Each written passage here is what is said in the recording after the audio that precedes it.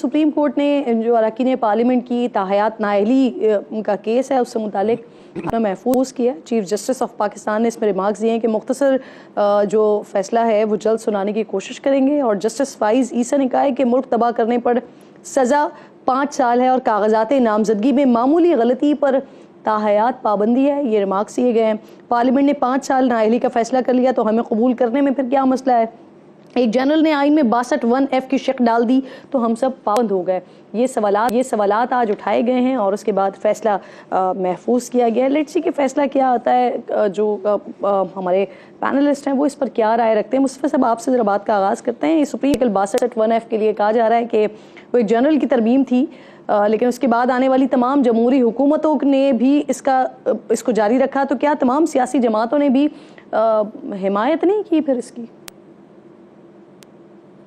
कि सियासी जमातों के सामने जब भी मौका आया तो उन्होंने आइन को डिक्टेटर्स की जानिब से की गई उसके अंदर एडिशंस उनको नहीं साइड पर रखा। ये सियासी जमातों की कमज़ोरी है। ये मामला जब 18वीं तरमीम आ रही थी तो उस वक्त ज़ेर बहस आया था और उस वक्त प्रपोज़ किया गया था पीपल्स पार्टी की जानिब से कि ये 62-63 जो इंसर्शंस हैं एक डिक्टेटर की जानिब से इनको रीविज़िट किया जाना चाहिए। और साथ ही साथ नैब के मुतल्लिक भी कहा था कि ये हमेशा इस्तेमाल हुआ है सियासतदानों को परसिक्यूट करने के लिए। तो जहाँ पर हम इतनी बड़ी कॉन्स्टिट्यूशनल अमेंडमेंट्स की एक्सरसाइज कर रहे हैं तो उसके अंदर इनको भी एड्रेस करना चाहिए। लेकिन उस वक्त मुस्लिम लीग नून ने इन दोनों पोजीशंस पे पीपल्स पार्टी की और दीगर जमातों की हिमायत नहीं की। वो उस वक्त यही चाहते थे, उनका जो प्राइमरी टारगेट था कि आइन के अंदर जो तीसरी दफ़ा वज़ीर आज़म बनने पर पाबंदी लगी थी जो परवेज़ मुशर्रफ साहब की जानिब से डाली गई थी आइन में कि बस वो हट जाए। तो यहाँ पर अलमिया ही ये रहा है कि सियासी जमातें अपने फ़ायदे के लिए, ज़ाती फ़ायदे के लिए जो चीज़ हो उसको तो एड्रेस करना चाहती हैं, लेकिन जहाँ पर आइन को उन चीज़ों से पाक करना हो, जहाँ पर वायलेंस कमिट की गई हो कॉन्स्टिट्यूशन के अगेंस्ट, वो उनकी प्रायोरिटी में नहीं आता। बाहर तौर अभी ये जो मामला सुप्रीम कोर्ट में है तो 10 जो लाइफ सारी उम्र के लिए नाअहली है, मैं खुद उसको प्रिंसिपली गलत समझता हूँ और सुप्रीम कोर्ट से उम्मीद तो यही है कि वो इस मामले में इंसाफ करेगी और जो हमेशा के लिए नाअहली है उसको ख़त्म करेगी। ये एक डेफिनेट टर्म के लिए होनी चाहिए। ऐसा तो नहीं हो सकता कि एक शख्स को 6 महीने की सजा हो किसी भी जुर्म में, लेकिन उसको सजा जो है वो उम्र भर के लिए आप नाअहल कर दें। ठीक, आप उम्मीद रख रहे हैं कि सुप्रीम कोर्ट की तरफ से फैसले के हवाले से। नईम साहब, वैसे पाकिस्तान तहरीक इंसाफ क्या समझती है ये ताहयात नाअहली के हवाले से? बहुत शुक्रिया जी, बड़ी नवाजिश किरण आपने मौका दिया। मैं बड़ा वाज़ेह तौर पर कहना चाहूँगा जो फैसला महफूज किया गया है वो नवाज शरीफ साहब की नाअहली के हवाले से किया गया है या इमरान खान साहब की नाअहली के हवाले से किया गया है। वहाँ पर एक दरख्वास्त इमरान खान साहब की भी गई है, वो क्यों नहीं सुनवाई हो रही। और ये एक शख्स जिसको सुप्रीम कोर्ट ने ताहयात नाअहल करार दिया था, आपने देखा कि पूरा दिन कल भी कार्रवाई चलती रही और आज भी कार्रवाई चलती रही है। और फैसला यही दौरान समाज रिमार्क्स आए कि हमने बड़ा जल्दी करना है क्योंकि इलेक्शन सर के ऊपर है।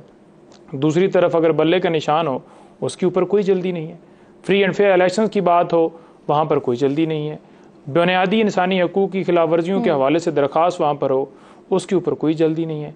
और ये मामला टेकअप किया गया जिस तरह से और जिस तरह से चलाया गया है, हमें मतलब एक फ़ैसले से पहले ही एक तासर था कि ये सिर्फ़ और सिर्फ नवाज शरीफ साहब के लिए ये मामला चलाया जा रहा है और उनको अहल करने के लिए ताकि वो इलेक्शन के अंदर उतर सकें।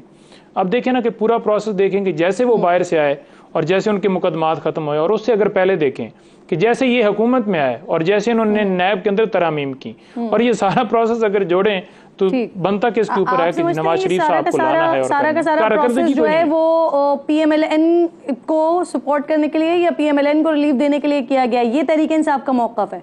मैंने पीटीआई का देखिए, मेरा मौक़िफ़ बड़ा वाज़ेह है। मेरा बड़ा मौक़िफ़ वाज़ेह है कि अगर किसी एक शख्स की दरख्वास्त जो है उसके ऊपर इतनी उम्मीद है या उसके एक मामले के ऊपर है तो तमाम जमातों के हवाले से जो भी केसेस पेंडिंग हैं और फंडामेंटल राइट्स की देखें, ताहयात नाअहली सुप्रीम कोर्ट ने खुद आइन की तशरीह करते हुए की है। अब इलेक्शन एक्ट के अंदर तरामीम करना वो इनकी बदनीति थी जिसकी खातिर उन्होंने हुकूमत ली और नैब के अंदर तरामीम नहीं होनी चाहिए। इतना सादा सवाल कर रही हूँ नईम साहब। देखिए, मैं बड़ा सादा सवाल के जवाब दे रहा हूं कि सुप्रीम कोर्ट ने ताहयात नाइली जो है नवाज शरीफ साहब की है ना, तो उसके ऊपर मैं कौन होता हूं या कोई और कौन होता है? तो फिर उसके ऊपर आकर कमेंट्स देकर उसका फैसला ये था, इसका फैसला ये था, जब तशरीह हो गई है तो फिर सिर्फ वो इलेक्शन एक्ट का सहारा लेकर और उनको लाने के लिए, बिठाने के लिए, लेकिन ऐसा मुमकिन नहीं है क्योंकि वोटर एक तरफ खड़ा है, वोटर उस तरफ खड़ा है जिसके निशान के ऊपर आप समात नहीं कर रहे, वोटर उस तरफ खड़ा है जिसका लीडर इस वक्त जेल में पड़ा है और उसके मुकदमात जो हैं वो लग नहीं रहे। आपका मौक़िफ़ आ गया, यानी ताहयात नाइली सुप्रीम कोर्ट की तरफ से किसी की भी होती है, आपकी जमात में से भी किसी की होती है, तो आप समझते हैं कि वो दुरुस्त इक़दाम है या दुरुस्त इक़दाम होगा। ठीक है मुर्तज़ा साहब, सर ताहयात नाइली केस का जो ये फैसला है आज सुप्रीम कोर्ट ने महफूज किया है, क्या लगता है सर आपको मियाँ साहब की राह में जो आखिरी रुकावट है नाइली, वो दूर हो जाएगी इससे?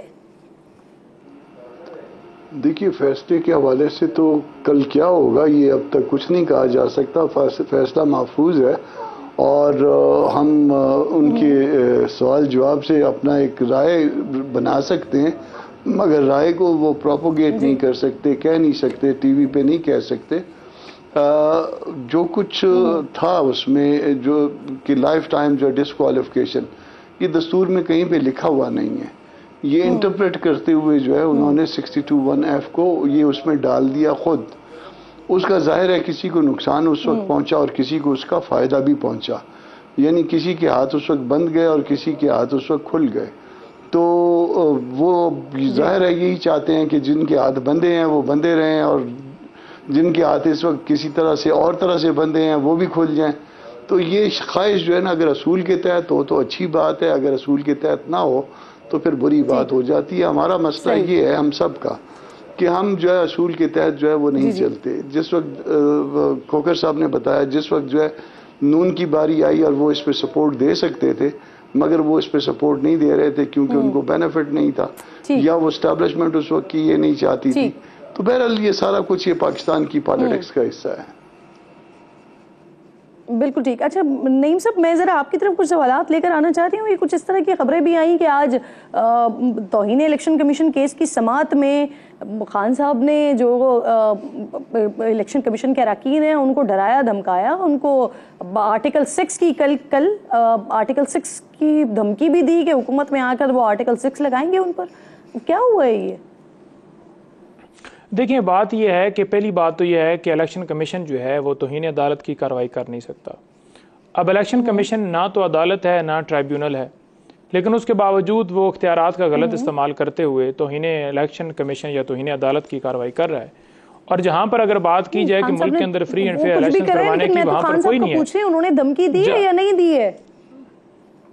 देखें, धमकी की जो बात ये की गई है ना, ये बड़ी गलत न्यूज़ चलाई गई है और इसके ऊपर मैं बड़ा वाज़ह कहना चाहता हूँ कि खान साहब पहले भी जब JIT के सामने पेश हुए थे तो उस वक्त भी इसी तरह की खबर चलाई थी और ये कहा था कि इमरान खान साहब ने धमकियाँ दी हैं। खान साहब ने उस वक्त भी ये कहा था कि आपके ऊपर नो डाउट प्रेशर है और आप जो है यहाँ पर बैठे हुए हैं, आपको इंसाफ करना चाहिए, हमें भी सुनना चाहिए, हमारी भी वीडियोस देखनी चाहिए, एकतरफा कार्रवाई नहीं करनी चाहिए। और इसके लिए हम ये कहते हैं कि वहाँ पर एक इंडिपेंडेंट कमीशन बनाया जाए।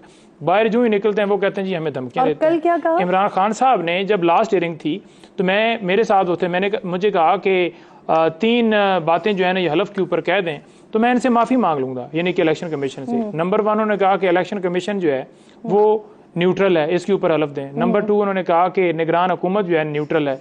नंबर 3 उन्होंने कहा कि ये ऊपर से कॉल्स नहीं लेते और उनके मुताबिक इम्प्लीमेंट नहीं करते, तो ये तीनों के ऊपर कह दें तो मैं माजरत कर लूंगा। तो इस तरह की बात उन्होंने की होगी कि तौहीन अदालत की कार्रवाई आप कर ही नहीं सकते और जो सिस्टम हो रहा है मुल्क के अंदर उसके ऊपर फ्री एंड फेयर इलेक्शंस करवाने के लिए आप एक पार्टी बने हुए हैं तो वो जो है बंद किया जाए।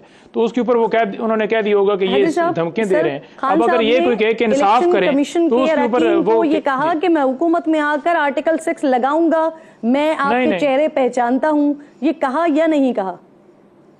नहीं, ऐसी कोई बात नहीं है। और अगर ऐसी बात होती तो आपको पता है कि ये कहां से वीडियो लेकर ले आते हैं कि अब तस्वीरें फलानी निकल आई हैं और वो वीडियो भी मंजर आम के ऊपर आ जाती है। ऐसी सिर्फ खबरें चलाई जाती हैं। मुझे बताएं, शेर अफजल मर्रत के हवाले से मैं जानना चाह रही हूँ जरा। PTI के सीनियर नायब सदर हैं, वो एक प्रेस कॉन्फ्रेंस करते हैं, चीफ जस्टिस पर अदम एतमाद का इजहार करते हैं, लेकिन पार्टी उससे लाताल्लुकी का इजहार नहीं करती है।